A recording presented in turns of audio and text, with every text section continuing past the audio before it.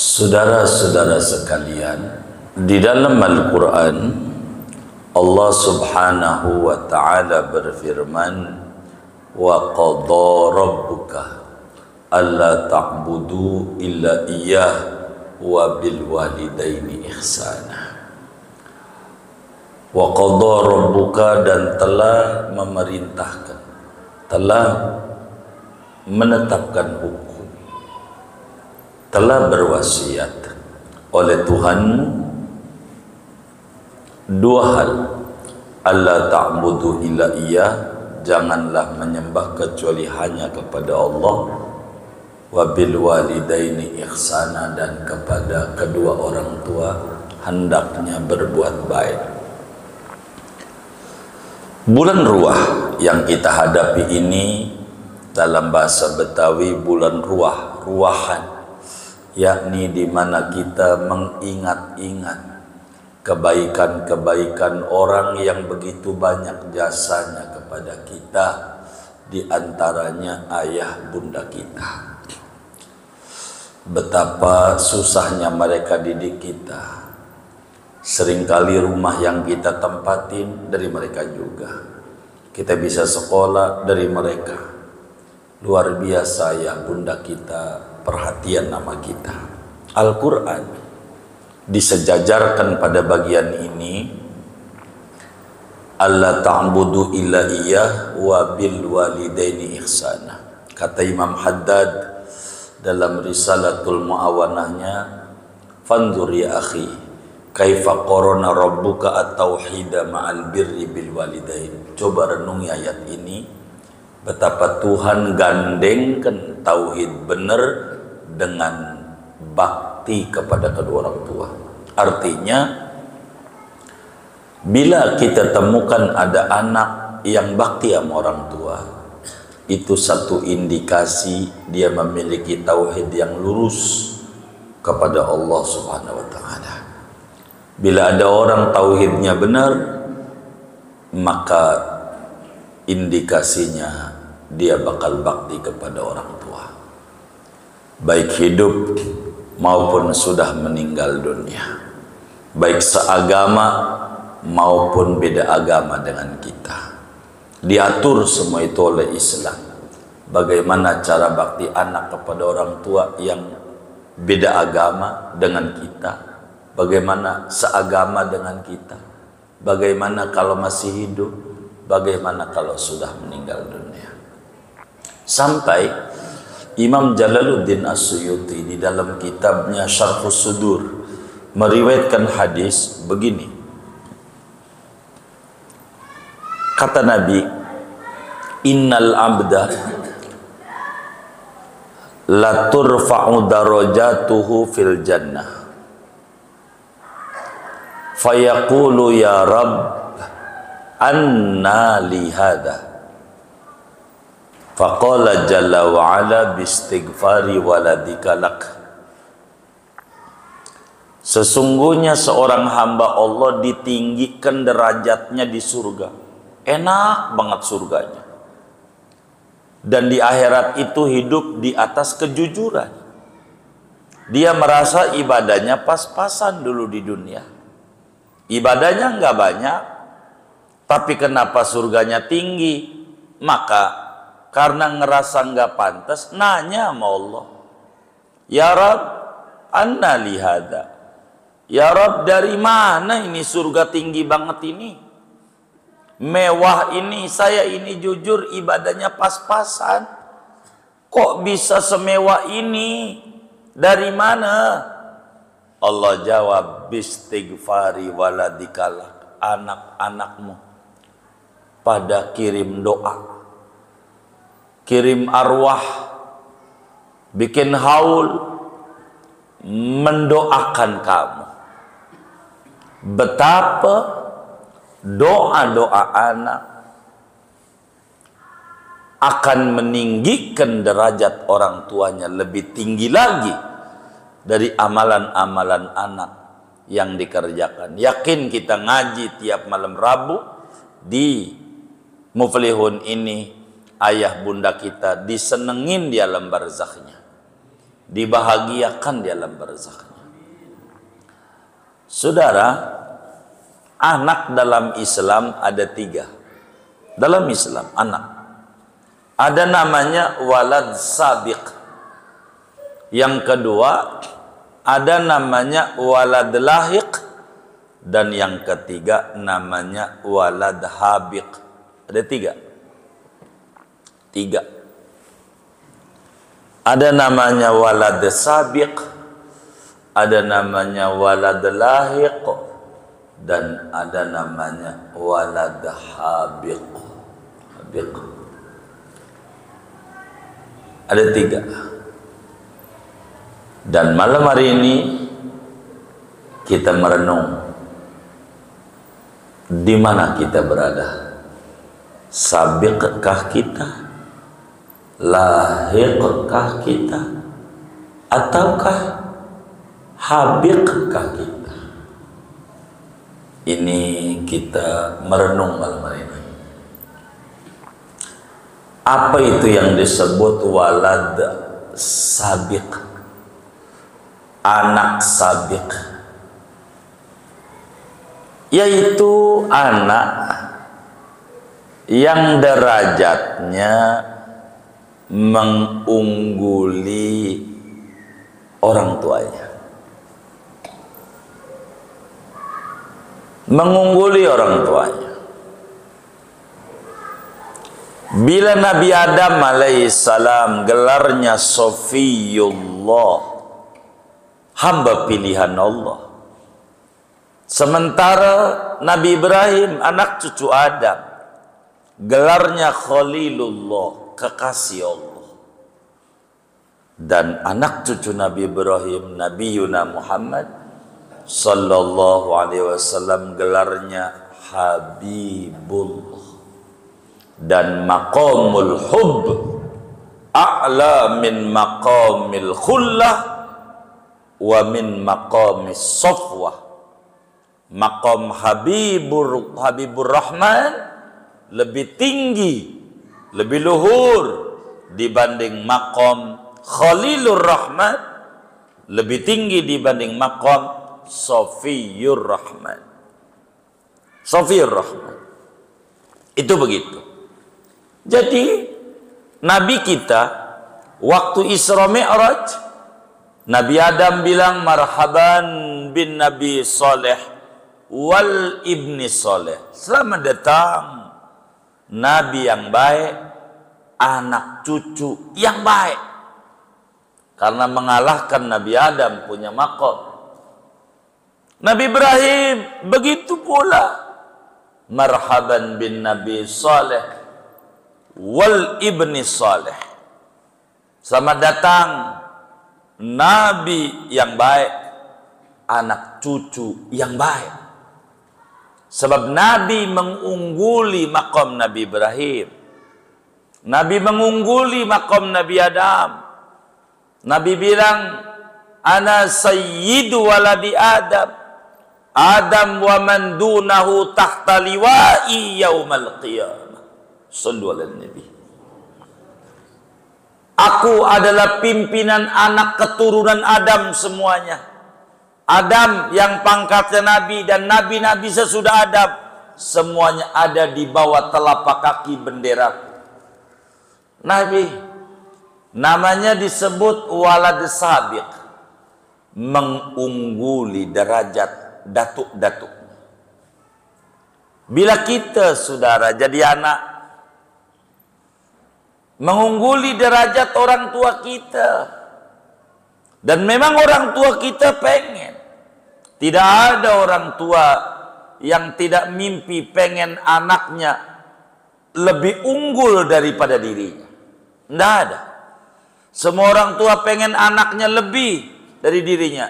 Orang tua kita lulus SD pengennya anak sarjana. Orang tua kita biasa pengen anak kita lebih. Begitu. Lebih anaknya. Itu namanya disebut walad sabiq. Bila seorang anak dia punya derajat mengungguli derajat orang tuanya. Orang tuanya ngewarung, anaknya ngewarung lebih maju. Sabiq, sabiq, sabiq. Begitu seterusnya. Ini yang tertinggi derajat anak di mata agama. Namanya walad sabiq. Sabiq, anak yang membalap derajat orang tuanya. Ini anak yang hebat, dahsyat, begitu. Yang kedua, namanya walad lahiq, anak yang ngekor orang tua. Ini bagus, ngikutin orang tua. Ini anak mulia, nomor 2. Dulu ada seorang anak cucu kiai lagi duduk di bawah pohon yang rindang. Dia duduk dengan angin yang sepoi-sepoi. Lewatlah seorang penggembala kambing, tukang ngangon kambing. Lewat, ketemulah sama anak muda 2 yang lagi duduk baca buku. Ditanya sama sang penggembala, ma fa'altuma, lagi ngapain ente? Dibilang lagi baca buku sejarah hidup datuk saya. Datuk saya itu orang hebat, luar biasa, majelisnya di mana-mana, karyanya banyak. Ini nih sejarah hidup engkong gua keren, hebat engkong gua. Kata yang atunya, betul, saya baca itu. Ini bukunya, kisah hidup datuk kami. Begitu kata anak muda. Si penggembala kambing ngangkat tangan. Alhamdulillah, lakal hamdu ya Allah ala hadhihi ni'mah. Makasih ya Rabb, kau jadikan saya penggembala kambing, bukan anak cucu kiai. Makasih ya Allah.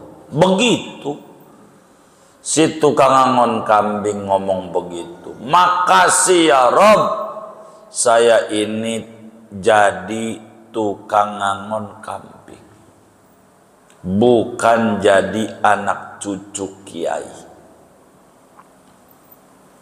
Itu si anak muda yang lagi baca buku, ditutup bukunya.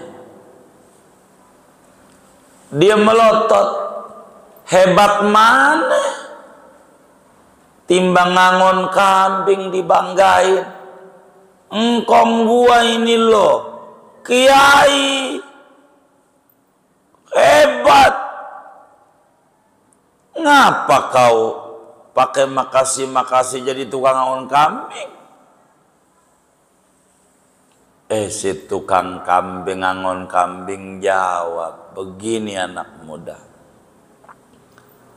saya bersyukur saya ini turunan ke-8. Engkong saya yang pertama itu kerjaannya ngangon kambing. Engkong saya yang kedua kerjaannya ngangon kambing. Ampe baba saya kerjaannya ngangon, ampe saya ngangon kambing. Bi abihi qtada adiyun fil karam wa man yushabi abahu famadzalam. Di dalam Ibnu Aqil Syarah Alfiyah itu dijelaskan, si Adi mengikuti jejak bapaknya. Orang yang ngekor ama bapaknya nggak salah. Namanya walad lahiq. Emang engkongnya ngangon kambing, engkongnya ngangon kambing, ngongkongnya, ampe babanya ngangon, ampe dirinya ngangon kambing. Alhamdulillah, saya ini ngangon kambing. Kata anak muda melotot, hebatnya di mana?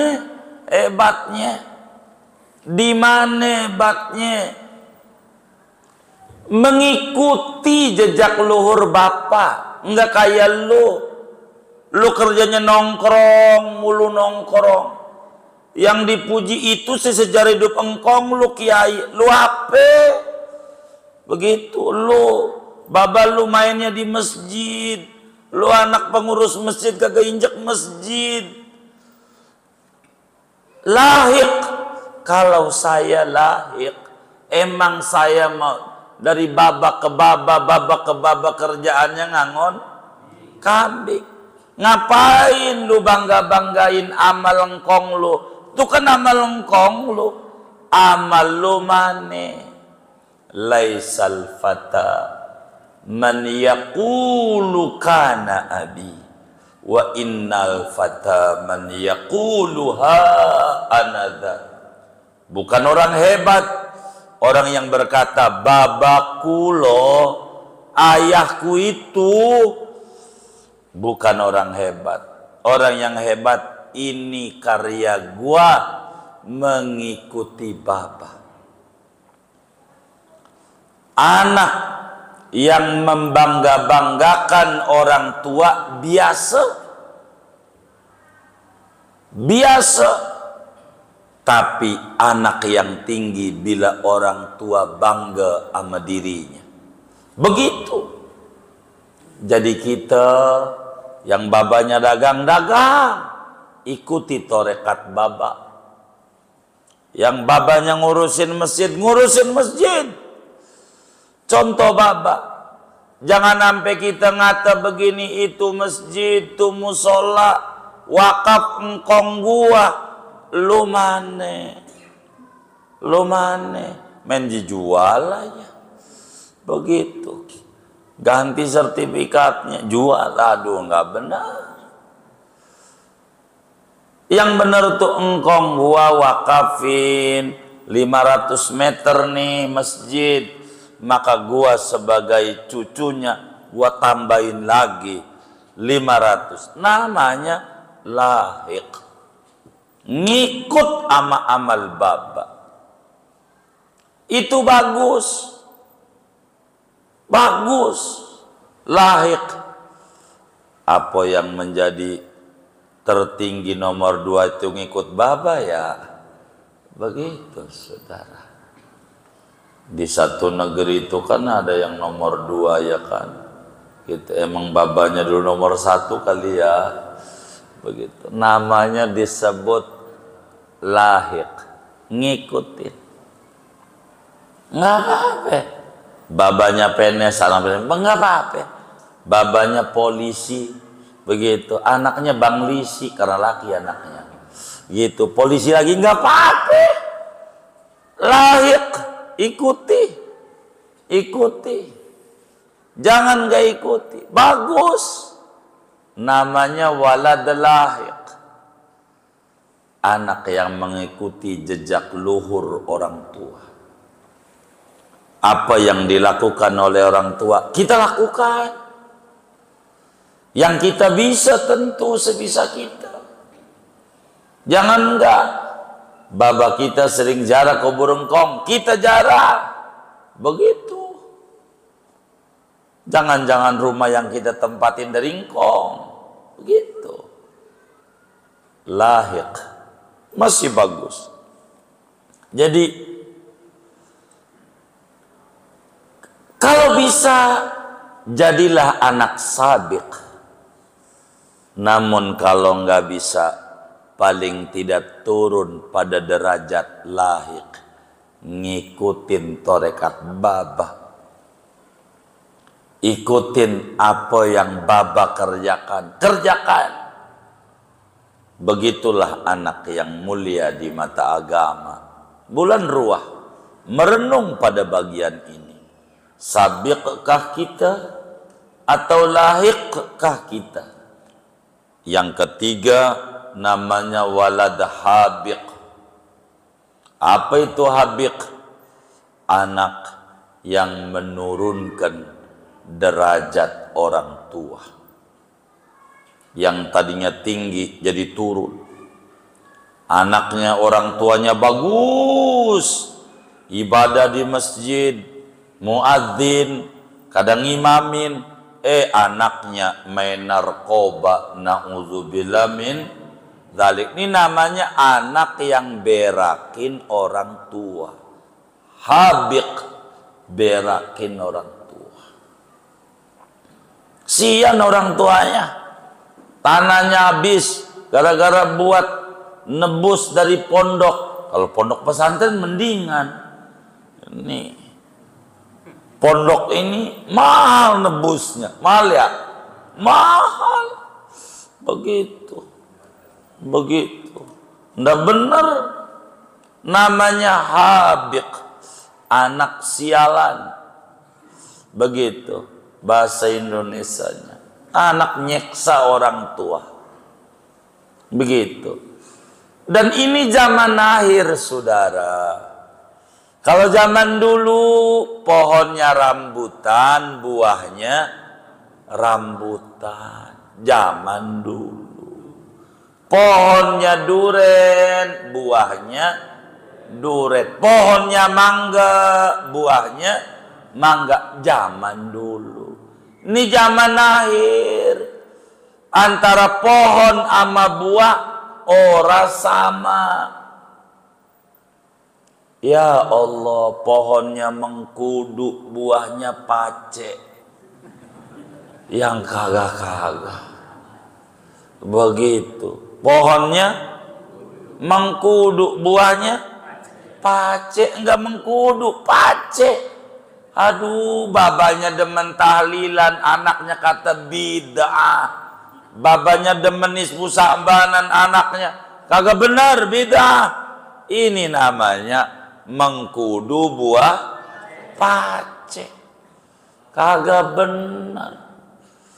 Begitu anak dia sekolahin tinggi-tinggi sama orang tua, pas orang tua mati, ini gak ada tahlilan, bid'ah.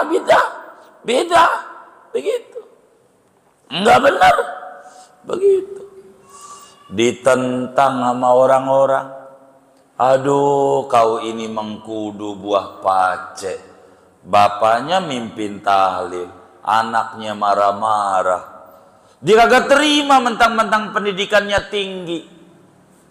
Mentang-mentang. Tanya tuh ustadz yang di kampungnya, Pak Ustadz, gua mau tanya. Kata ustadznya, jangan kencang-kencang ngomongnya, mau nanya apa? Apa menurut Pak Ustadz hukumnya mendoakan orang mati? Haram, anak muda, haram. Kaget. Loh, kok haram? Doain orang mau biar sehat, biar hidup, murah rezeki, dagangnya lancar. Bagus, jangan doain orang mati. Gitu. Itu agak bener. Begitu. Dia pergi, malu dia. Begitu. Nanya lagi sama ustadz di RT sebelah. Ustadz, gue mau tanya. Apaan? Itu kan di kampung kita nih kagak bener ini. Kalau orang udah pada mati itu pada ngaji di kuburan itu. Apa hukumnya orang ngaji di kubur? Haram. Ya Allah, bisa marah lagi ngaji di kubur. Begitu. Orang ngaji ngamuk lagi ngaji di kubur. Begitu lagi ngaji. Kagak boleh hukumnya orang ngaji di kubur. Boleh enggak? Udah ngamuk. Orang ngaji dikubur. Waduh, ini wa idal mau'udatu su'ilat, dikubur hidup-hidup. Begitu. Nyari dukungan salah dia. Ketemu kiai hebat-hebat. Begitu. Yang kagak orang baca Quran diomelin, dia ngerti. Ini yang kayak begini, walad habiq, anak sialan, banda orang tua habis. Ini saya pesan amalan orang dulu ya. Ada di kitab Al-Barakah fis sa'yi wal harakah. Ini saya pesan sama saudara nih. Ini ilmu. Bila bapak dan ibu ini pengen jual tanah tuh makruh hukumnya, makruh, dibenci Rasulullah. Biar subur, ikuti aturan agama. Ini amal orang dulu, tapi ada di kitabnya. Umpama begitu, kita jual tanah di Karangtengah, ya kan? Berapa meter kira-kira ya? 100 meter baik. Kita jual 100 meter di Karangtengah. Bolehkah? Boleh saja, asal kudu dapat 200 meter. Begitu. Jadi waktu baru mau transaksi, kita kudu nyari sebelum bayar, nyari tempat. Bagaimana 100 nih kalau bisa jadi 1000, minimal 200. Sisanya bolehlah buat beli mobil, beli motor, kagak apa-apa. Begitu, insya Allah bakal berkah. Tapi kalau kita jual, ya habis. Kalau enggak beliin lagi. Inilah yang disebut repot habik. Bapaknya dagang. Bapaknya dagang. Di mana dagang itu rumusnya? Membeli untuk dijual, menjual untuk membeli. Dagang. Jual untuk beli, beli untuk jual. Maka dagang itu disebut jual beli. Itu dagang. Ini anaknya kagak paham. Bapaknya dagang, dia memang betul dagang, cuman separuh ilmunya. Apa aja kalau sepotek kagak bener. Sendal juga kalau separuh mau kagak bener belinya. Kudu 2. Ini separuh nih anak. Dagang mau bener dagang, cuman babnya bisanya bab penjualan doang. Bisanya jualin tanah baba, mulu jualin tanah baba. Ngebeliin kagak. Ada nggak yang model begitu? Yang mana orangnya nih? Tuh. Jadi kalau tidak kepepet amat, jangan jual. Kalau tidak kepepet banget. Andai kepepet jual, kudu dapet barang lagi. Di mana? Minggir dari Sudirman, minggir Bayoran minggir Kreo, Karangtengah. Kan gitu kira-kira ya. Enggak apa-apa. Begitu. Jangan kita jadi anak habik. Ya Allah.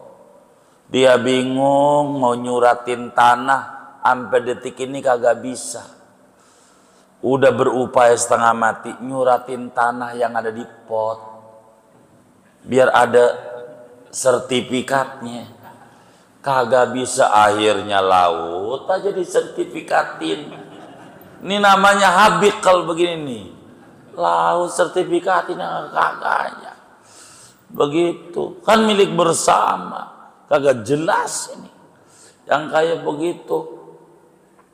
Maka saudara, Jangan sampai kita jadi anak habik, anak yang kerjaannya musingin orang tua, hidupnya megelin, udah mati megelin. Jangan, minimal kita jadi anak lahiq, dan kalau bisa kita mohon sama Allah agar kita menjadi anak sabiq, anak yang derajatnya mengungguli orang tua, bisa menarik orang tua menuju derajat yang tinggi setinggi-tingginya. Mudah-mudahan yang ada di Muflihun Allah berikan taufik dan hidayah, dianugerahi anak keturunan yang sabiq minimal lahiq. Dan wal'iyadu billah, jangan sampai kita semuanya diberi keturunan yang habik, yang bikin pusing kita doang, tidak bisa membahagiakan kita di dunia, di kubur, dan di akhirat. Mudah-mudahan Allah beri kita kemampuan ibadah, dijadikan kita anak yang bakti sama orang tua, hidup maupun wafatnya mereka. Amin. Al-Fatihah.